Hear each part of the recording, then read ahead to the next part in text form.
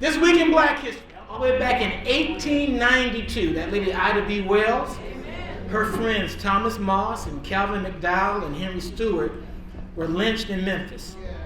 Moss was the owner of People's Grocery Store, which made a lot of people jealous. It was a great little store there on the outskirts of Memphis. And he and his 2 employees were hung after the police framed them after an unprovoked attack. That really bothered her, so it sparked her lifelong crusade against lynching. Some people don't know what lynching is. We don't use that word anymore, but lynching, by definition, is the public killing of an individual who has not received due process. 72% of all those that were lynched in the United States from 1877 to 1950 were black. There was over 4,072 people that were recorded being lynched. We really don't know how many folks were lynched. But the reality is she had to do it because it never really stopped. Matter of fact, it wasn't just men that were lynched.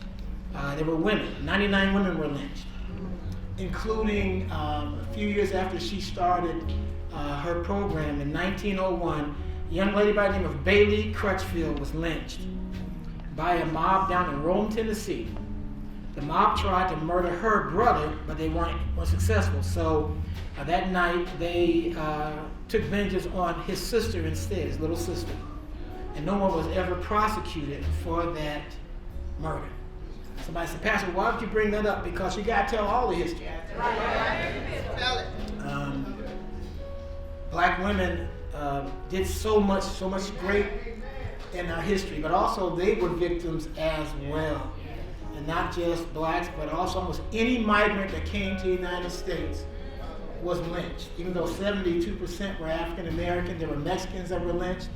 There were white men and women that were lynched because they helped black folks. There were Australians and Chinese people lynched in that 20% or so, 27% that weren't black. And Native Australians. I'm not talking about European Australians. I'm talking about Native Australians were black people.